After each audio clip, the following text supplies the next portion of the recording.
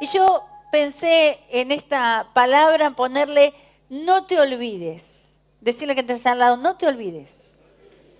Claro que los seres humanos somos propensos a olvidarnos de muchas cosas, ¿no? Es como que nos olvidamos. Y hay otras cosas que quizás no tendríamos que olvidar, pero no las olvidamos. Aquello que nos ofendió, aquello que nos lastimó, pero esas cosas quizás las guardamos en nuestro corazón. Pero nos olvidamos a veces de esas personas que nos tendieron una mano, que estuvieron cuando las necesitábamos, pero en nuestra humanidad muchas veces no olvidamos aquellas cosas por las cuales fuimos afectados, ¿sí? En Santiago 3:2 dice, porque todos ofendemos muchas veces. Si alguno no ofende en palabra, este es varón perfecto, capaz también de refrenar todo el cuerpo. Es decir, que de una forma u otra siempre hemos lastimado a alguien, consciente o inconscientemente. ¿Cuántos creen que nunca han lastimado a nadie? Levante su mano. No, porque todos en algún momento. Alguien te dijo, ese día que dijiste tal cosa me lastimaste. Y quizás no fue tu intención, pero lastimaste. Es decir, que cada uno de nosotros en algún momento podemos haber hecho algo que causó dolor en el corazón de aquellas personas que tenemos alrededor. Claro que nos cuesta olvidar cuando nosotros fuimos dañados. Pero también muchas veces nos olvidamos de Dios. ¿Sí? Vamos a Dios cuando lo necesitamos, cuando tenemos una urgencia, cuando tenemos un problema, vamos a Dios. Así como nuestros hijos a veces, ¿no? Cuando ellos necesitan algo, quizás vienen a los papás. Pero qué lindo es saber que los chicos no solamente vienen a los padres cuando necesitan algo, sino que están siempre. Y eso es lo que Dios quiere para nosotros como hijos. No solamente que vayamos a Él cuando necesitamos algo. El olvidarse es un tema recurrente en el Antiguo Testamento. Olvidarnos de Dios. ¿Cuántas veces nos hemos olvidado de Dios? Y eso es lo que Dios exhorta a su pueblo a no olvidarse. En el Salmo 106, versículo 8, 10, 12 y 13, el Señor, en ese salmo podemos descubrir cómo el Señor bendice a sus hijos y después estos se olvidan de Él. Les bendice de nuevo y vuelven a olvidarse. Cualquier similitud con la realidad, ¿no? Como a veces somos nosotros. Dios nos bendice, estamos re bien y nos olvidamos. Entramos en aflicción y venimos a Dios. Dios nos bendice y de vuelta nos olvidamos. Mire, en ese salmo habla de que Él salvó a su pueblo por amor de su nombre. Reprendió el mar rojo y lo secó. Lo salvó de las manos del enemigo. Entonces creyeron a su palabra y cantaron su alabanza. Bien pronto olvidaron sus obras y no esperaron su consejo. Los seres humanos tenemos mala memoria. Y muchas veces nos olvidamos de todo lo que Dios nos ha dado, de todas las cosas que Él ha hecho a favor nuestro. La advertencia divina es no olvidarse de Dios. Decirle que te al lado, no te olvides de Dios. Deuteronomio 6, versículo del 10 al 13 dice, Dios mismo advirtió y alertó reiteradamente a su pueblo Israel que cuando entraran a la tierra prometida Canaán y gozaran allí de las comodidades, privilegios, bienestar, riquezas, prosperidad, bendiciones, abundancia, provisión, buena vida, se cuidaran de no olvidarse. Cuando Dios nos bendice, quizás cuando estamos pasando por un buen tiempo económico, donde hay salud, donde no hay problemas en el matrimonio, es como que hacemos la plancha y nos olvidamos de buscar a Dios. En Isaías 51, 12, 3 dice, yo soy vuestro consolador. ¿Quién eres tú que temes al hombre mortal y al Hijo del hombre que como hierba es tratado? ¿Has olvidado al Señor tu Hacedor, que extendió los cielos y puso los cimientos de la tierra para que estés temblando sin cesar todo el día ante la furia del opresor? mientras éste se prepara para destruir, pero ¿dónde está la furia del opresor? Está hablando que muchas veces cuando entramos en temor, cuando entramos en pánico, es porque nos hemos olvidado de nuestro Dios. Dios exhorta al pueblo que su temor está basado en la inseguridad. ¿Por qué? Porque se han olvidado de Dios, porque se han olvidado de relacionarse con Dios, se han olvidado de tener intimidad con Dios, se han olvidado de ir al lugar secreto con Dios. De eso, cuando pasa eso en nuestras vidas, que no tenemos intimidad, no tenemos comunión con Dios, muchas veces el temor se apodera de nosotros. Y decimos, ¿qué voy a hacer mañana? ¿Qué vamos a comer mañana? ¿Cómo nos va a ir con el trabajo? El temor se quiere apoderar. Ahora, ¿qué puede afectar? ¿Qué puede producir? ¿Qué es lo que me separa de Dios? ¿Qué es lo que me hace olvidar de Dios? Porque a través del Antiguo Testamento podemos ver la historia del pueblo de Israel, cómo ese pueblo fue escogido, no porque era tan importante, sino que era insignificante, pero Dios lo miró con agrado. Fue una elección unilateral, porque fue una elección desde Dios hacia ese pueblo. Sin embargo, ese pueblo tuvo algunas características que de esas tenemos que aprender nosotros para no cometer los mismos errores.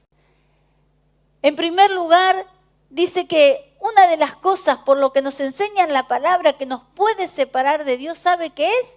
El orgullo. Diga conmigo, el orgullo. ¿Sabe lo que es el orgullo? Es una estima propia exagerada y prepara el camino para la humillación y la destrucción. Claro, muchas veces cuando dicen, yo no soy orgulloso, todos decimos lo mismo. ¿Alguno dijo que era orgulloso? Levante su mano. No decimos que somos orgullosos. Hay un dicho que dice que el orgullo es como el mal aliento. Somos los últimos en enterarnos que lo tenemos, ¿no? Pero todos los que están alrededor nuestro se dan cuenta. El orgullo nos separa de Dios. El lucero de la mañana, Lucifer, se enorgulleció por lo hermoso que era. Se enorgulleció por los talentos que tenía y se olvidó de que todo lo que tenía había sido dado del Creador. Miren, Deuteronomio 8, versículo 14, 17 y 18 dice, cuidado con el orgullo al ser bendecido por Dios, porque la prosperidad puede dar lugar a la arrogancia y hace que olvidemos que Dios es la fuente de toda bendición. ¿Quién es la fuente de toda bendición? Y el orgullo, ¿qué hace? Nos separa de Dios.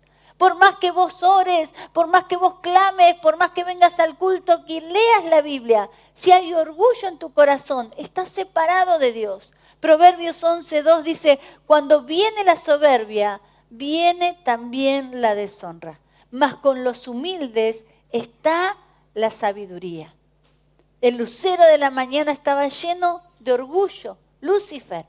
Y fue separado, arrojado por Dios. ¿Por qué? Porque no podía estar cerca de Dios. Y el orgullo nos separa de Dios. Cuando en nuestro corazón hay orgullo, nos parecemos más a Satanás. Y Dios no quiere que nosotros tengamos orgullo. Ahora, nosotros tenemos que distinguir si eso está en nuestras vidas en la misma presencia de Dios. Miren, Deuteronomio 32:15 dice, Jesurún.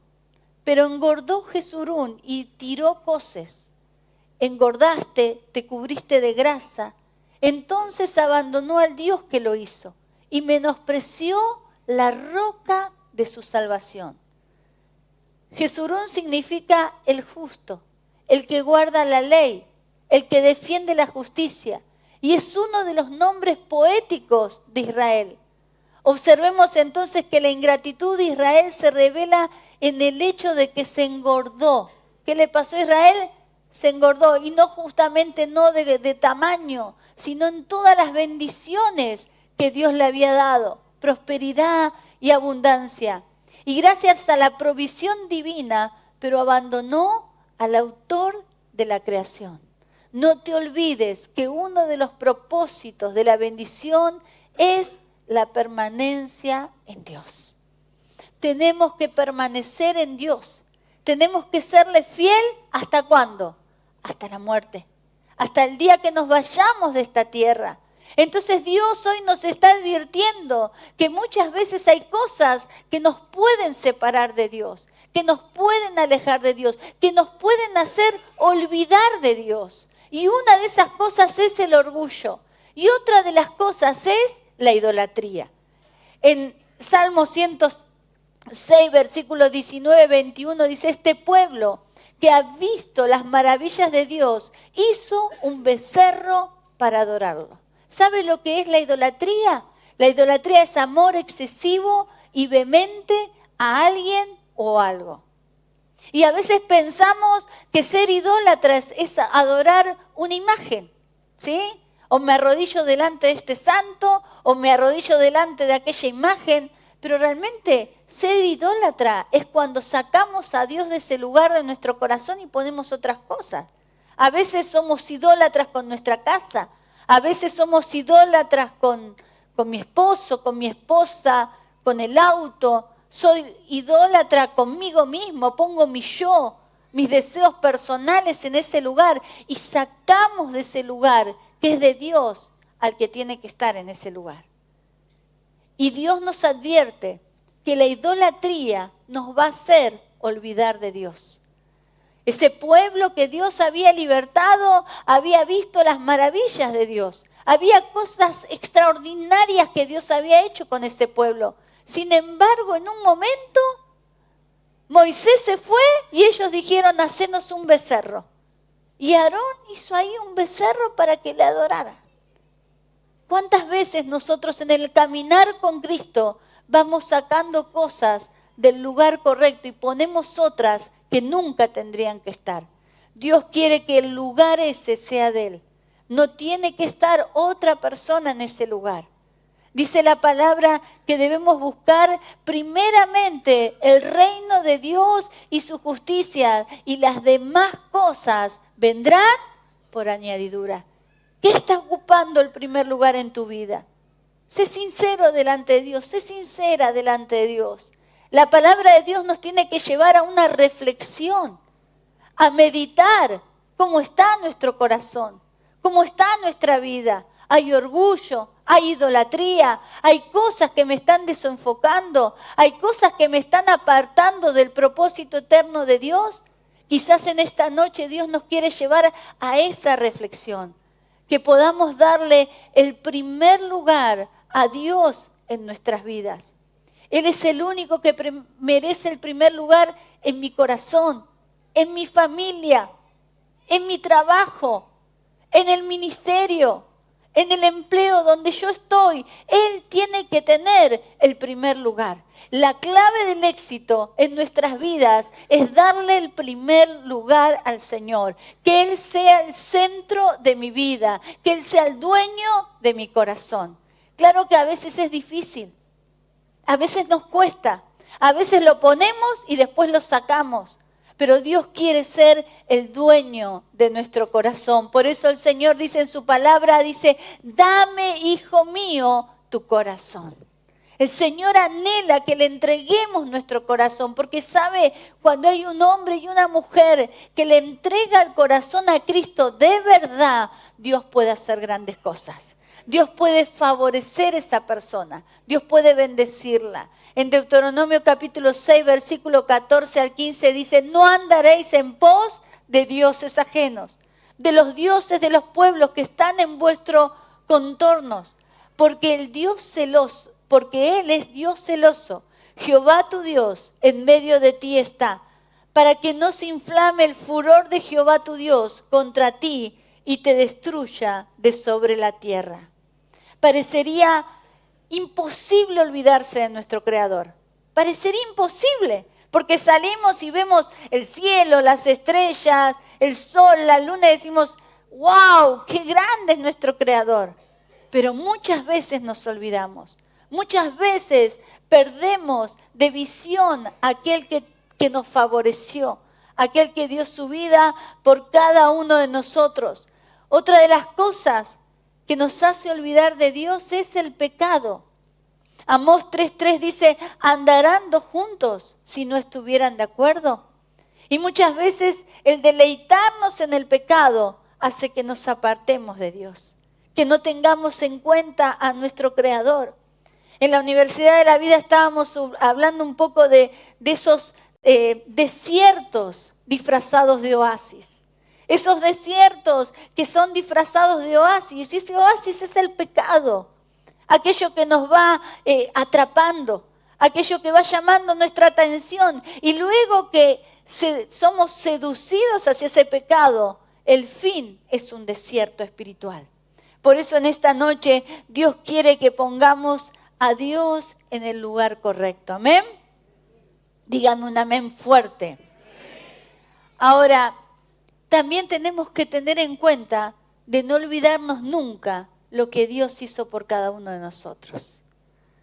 Dios quiere que tengas una vida plena, una vida abundante. ¿Qué dice la Biblia? Que Él quiere darnos una vida abundante. Y el máximo sacrificio y muestra de amor de Jesús en aquel madero fue la agonía, su vida, como cantábamos hoy, ¿no? Pero Él pronunció 7 frases con un profundo mensaje de victoria para la humanidad, cuyo acto trajo a la iglesia 7 beneficios. Y yo quiero que hablemos en esta noche y recordemos esos 7 beneficios que podemos obtener en la cruz. Justo y hablamos de lo mismo, pero se dio así. Es que Dios quiso quizás traernos ese recuerdo para que nosotros podamos tener esa vida bendecida. En primer lugar, Él derramó en la cruz del Calvario perdón.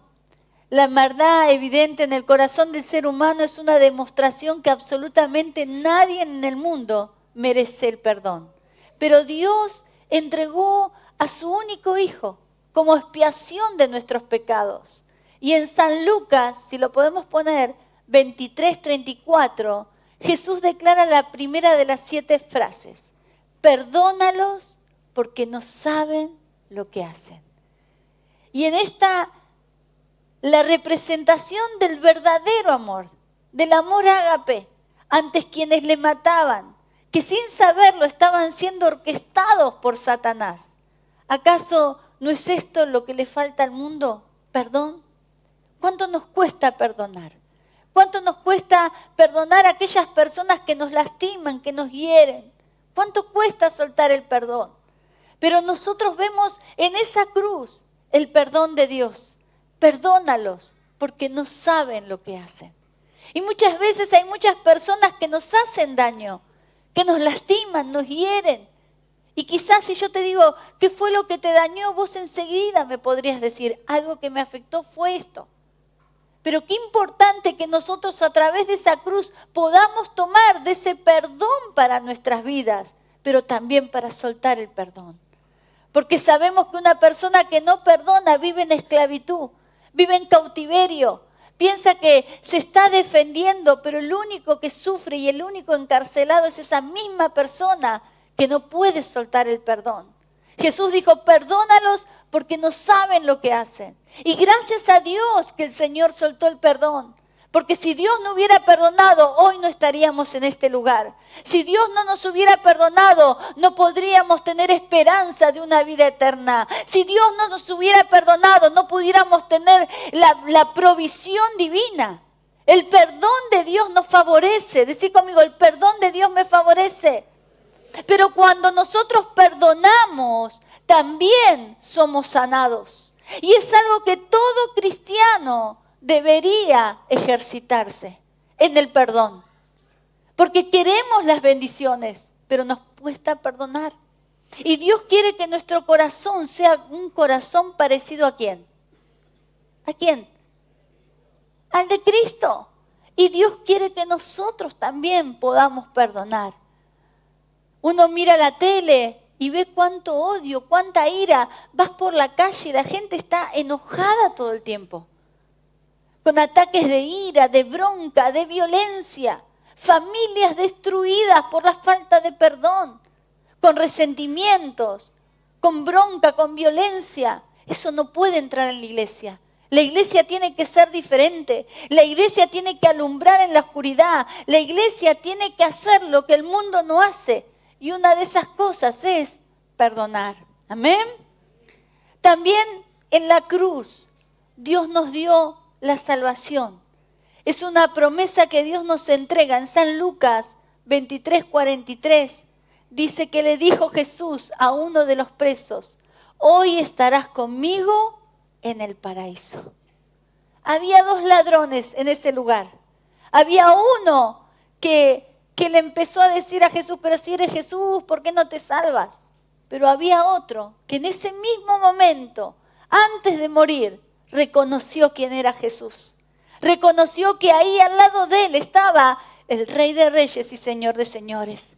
Que al lado de él estaba el que podía salvar su alma. Y en ese mismo instante, él se arrepintió y lo reconoció. Y Dios le dijo: hoy estarás conmigo en el paraíso.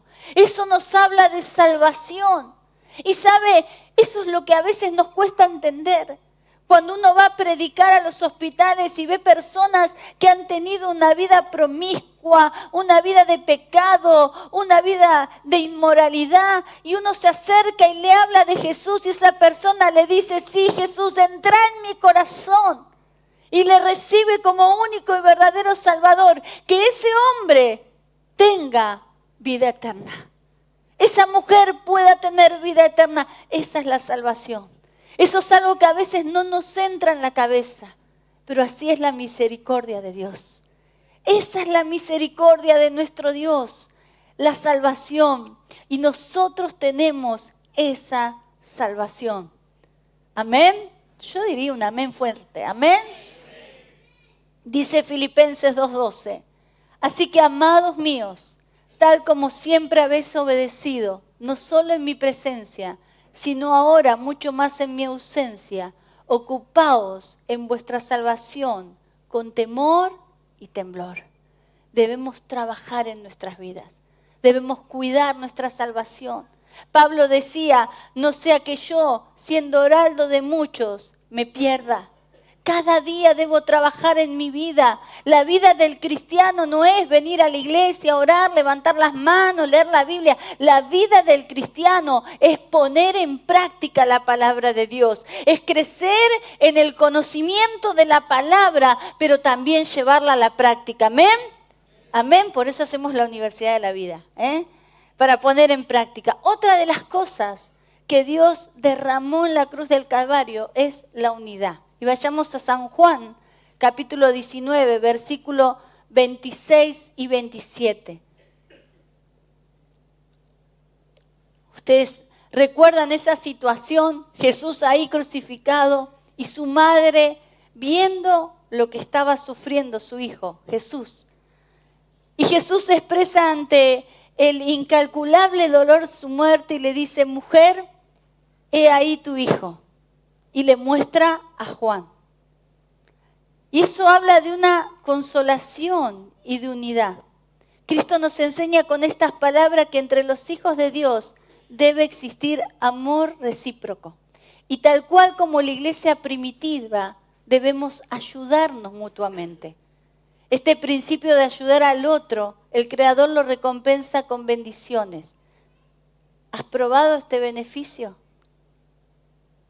Qué importante. Jesús, ahí en la cruz del Calvario, atendiendo la situación de su madre, diciéndole a su madre: aquí tu hijo, Juan, y aquí tu madre. Qué importante que podamos manifestar el amor entre hermanos. Que podamos amarnos entre hermanos. Que podamos cuidarnos entre hermanos. Qué triste que es que no nos amemos. Porque decimos que tenemos el amor perfecto en nuestro corazón, pero muchas veces no lo demostramos.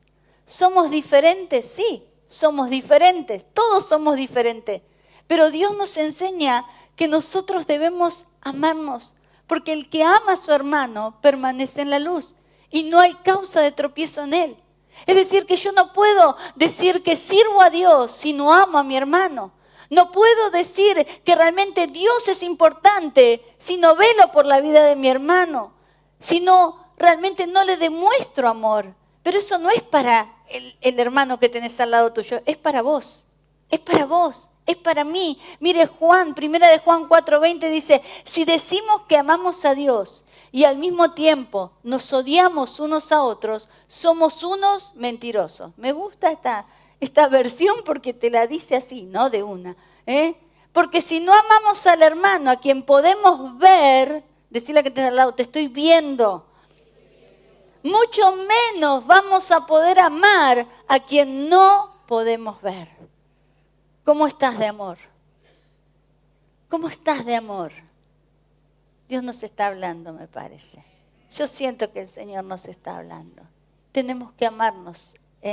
Había una canción muy vieja que decía, hermanos, amémonos unos a otros, porque el amor es de Dios y todo aquel que ama ha nacido de Dios y conoce a Dios. El que no ama no conoce a Dios porque Dios es amor.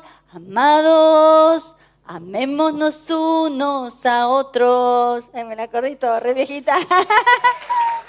Así que nos tenemos que amar. Tenemos que amar. ¿Sabe por qué? Porque el amor de Dios ha sido derramado en nuestros corazones. Y a veces te encontrás con ese hermano que quizás, ay, decís, ¿por qué el Señor no se lo lleva rápido? ¿No? Pero vos lo abrazás, cerrás los ojos y decís, te amo en el amor del Señor. Y ahí fluye, hermano. Ahí va a fluir el amor. Porque Dios quiere que nos amemos. Porque Dios es amor. ¿Qué es Dios? Amor. Entonces tenemos que demostrar el amor. No tenemos que esperar que el otro sea perfecto para yo amarlo. Claro, es fácil amar a aquel que te ayuda, aquel que está, aquel que te da todo. Pero realmente el amor de Dios te lleva a otros niveles. Amén. Miren, a veces pensamos, pero lo que me hizo me dolió. Y sí, a veces nosotros realmente somos dañados dentro del cuerpo de Cristo. El mismo cuerpo se lastima a veces. Pero Dios quiere que esa herida sea sanada. Porque Él lo dio todo para que nosotros seamos sanados. Es muy fácil decir lo que vos hiciste, lo que el otro me hizo. Pero miren, Romanos 2 dice, por lo cual eres inexcusable, hombre. Cualquiera que juzgas, porque el que juzga a otro se condena a sí mismo. Por lo mismo haces tú que juzgas. Es decir, que quizás yo me enojo con un hermano y me aparto de ese hermano porque pienso que yo tengo razón. Pero a la vez yo estoy haciendo lo mismo que ese hermano. Entonces nosotros tenemos que cortar con eso y amarnos. ¿Amén? Decirle que te al lado, cuánto te amo, hermano. Otro de los puntos es la protección divina. Jesús estaba padeciendo el dolor físico, el sufrimiento, la tristeza, la angustia. Estaba colgado en el madero. Y Jesús exclama, Padre, ¿por qué me has abandonado? Mateo 27:46. Dios tuvo que desamparar a su Hijo en una terrible crucifixión para que la profecía se cumpliera y en este acto representara para la humanidad la protección divina. Dios dice que en su palabra que el que habita el abrigo del Altísimo morará bajo la sombra del Omnipotente. Él tuvo que sufrir ese desamparo, ese abandono, para que nosotros a través de la cruz de Cristo podamos alcanzar protección divina, el cuidado de Dios. El habitar bajo la sombra del Altísimo, bajo la sombra del Omnipotente. Esa protección divina, que a veces quizás estás enfrentando una situación difícil, pero sentís que Dios está con vos. Sentís que Él te está cuidando. Sentís que Él está a tu lado. Mire, el Salmo 18, versículo 35 y 36 dice, tú me cubres con el escudo de tu salvación. Y con tu diestra me sostienes. Tu bondad me ha hecho prosperar y me has despejado el camino. Así que mis tobillos no flaquean. Qué tremendo saber que Dios padeció, Jesús padeció para que vos y yo hoy sintiéramos el cuidado de Dios. Cuando entras en temor, cuando entras en ansiedad, cuando entras en pánico, sabes que podés clamar y la protección de Dios va a venir sobre tu vida. En donde estés, en el lugar que estés, el Señor escucha el clamor de sus hijos. Amén. También podemos rescatar la llenura del Espíritu Santo, porque Jesús ya estaba en la cruz y estaba casi todo consumado y dijo en Juan 19:28, tengo sed. ¿Recuerdan ese momento? Jesús, qué tremendo, ¿no? El creador de los mares, el creador de todo, Él estaba pasando por un momento de sed.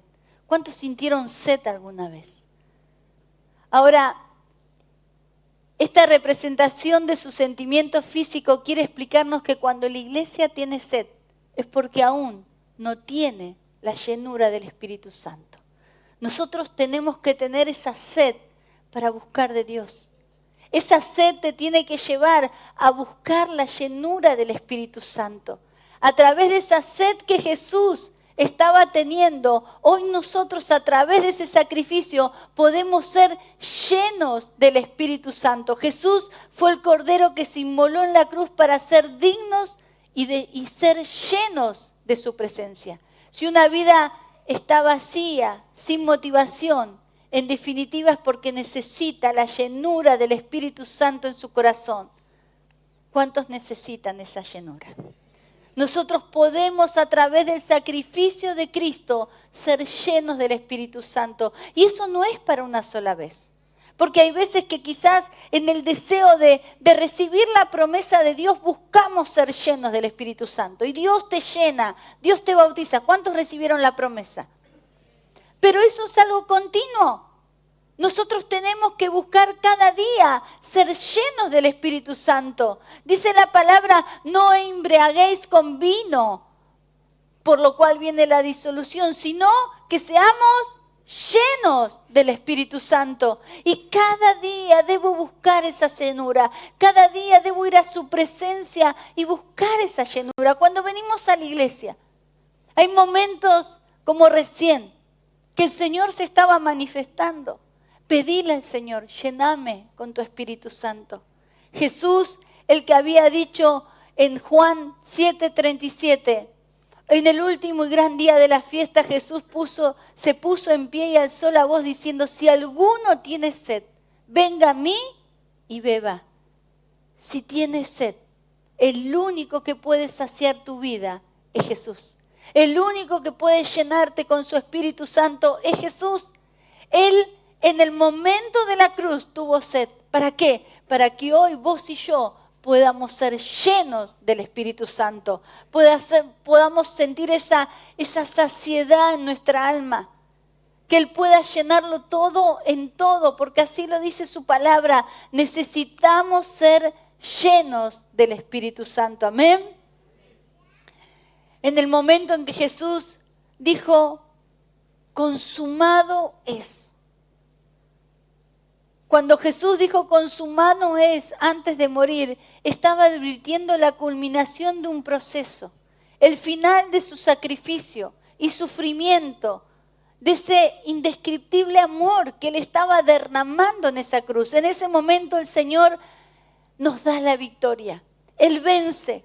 Él vence al enemigo, Él vence a Satanás, Él vence a la muerte, Él vence a la enfermedad, Él vence a la depresión, Él vence a la tristeza. A través de la cruz, Cristo lo estaba haciendo todo y Él pudo decir, consumado es, porque Él venció al pecado, pero también venció a la muerte. Y en nuestro diario vivir enfrentamos pruebas, desiertos, procesos negativos y cuántas lágrimas.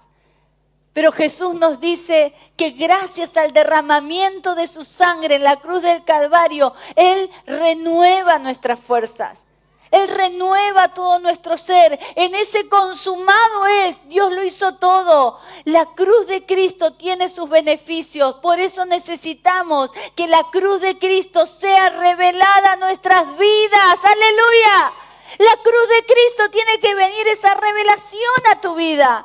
para que seas un cristiano de victoria y no un cristiano derrotado, para que puedas hablar a otro de lo que Dios hizo por vos y puedas tener esa vida plena y esa vida abundante. Y en Colosenses 2:15 habla un poco de lo que hoy estaban cantando los chicos. Y así despojó a los seres espirituales que tienen poder y autoridad.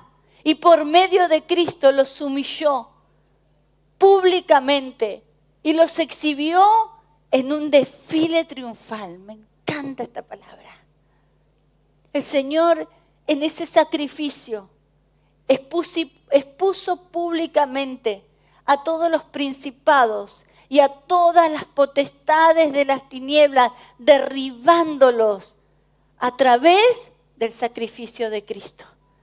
Mire todos los beneficios que nosotros podemos tener en la cruz del Calvario.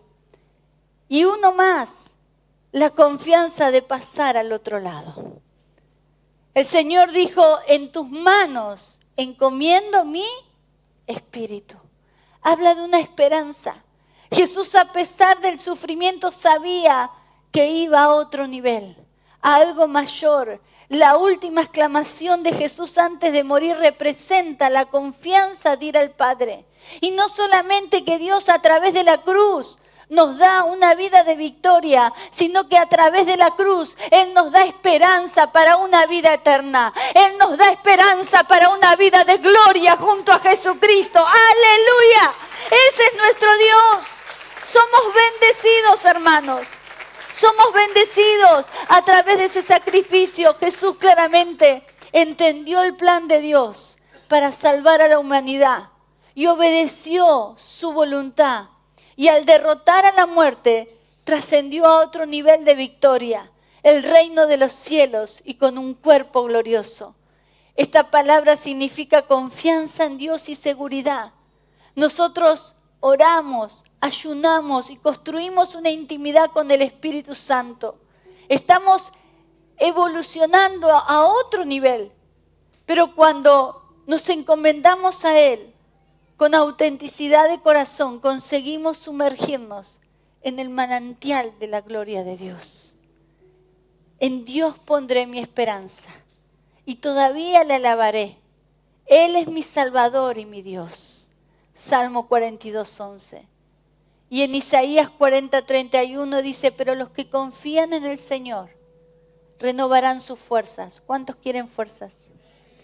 Volarán como las águilas, correrán y no se fatigarán, caminarán y no se cansarán. Nosotros tenemos la cruz. El sacrificio de Cristo es lo que nos une. El sacrificio de Cristo es el que nos dignifica. El sacrificio de Cristo es el que nos lleva a vivir una vida plena.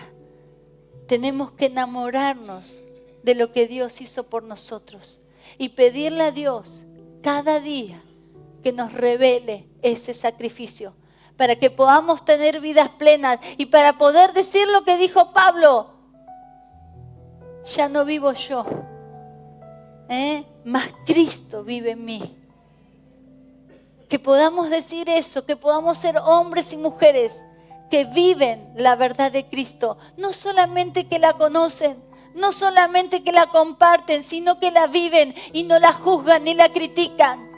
Porque a veces levantamos fortalezas y argumentos contra la verdad de Jesucristo y nos estamos levantando contra el Rey de Reyes y Señor de Señores. La Biblia es para vivirla, no solamente ser oidores olvidadizos, sino hacedores de su palabra. Y cada día cuando vos actúas en la palabra de Dios, Dios te lleva a un nivel superior. Dios empieza a decir, wow, este es mi Hijo amado, en Él tengo complacencia.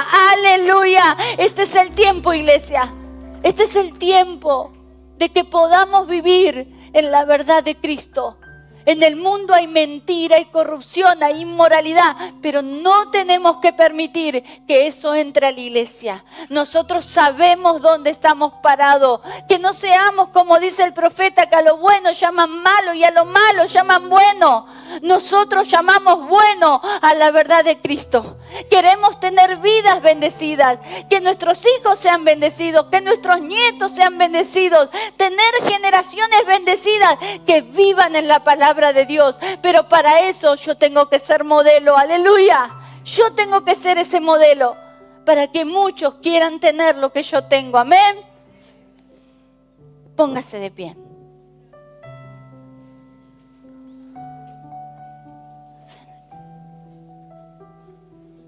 Señor, gracias.